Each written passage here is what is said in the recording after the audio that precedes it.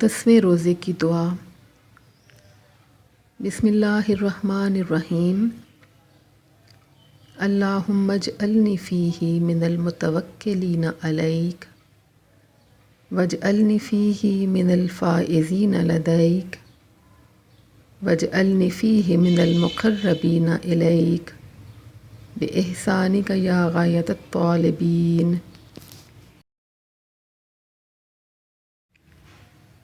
ترجمہ۔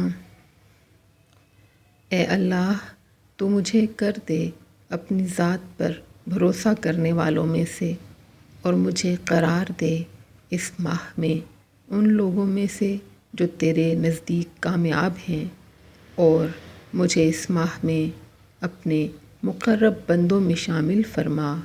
تجھے تیرے احسان کا واسطہ، اے طلب کرنے والوں کے آخری مقصد۔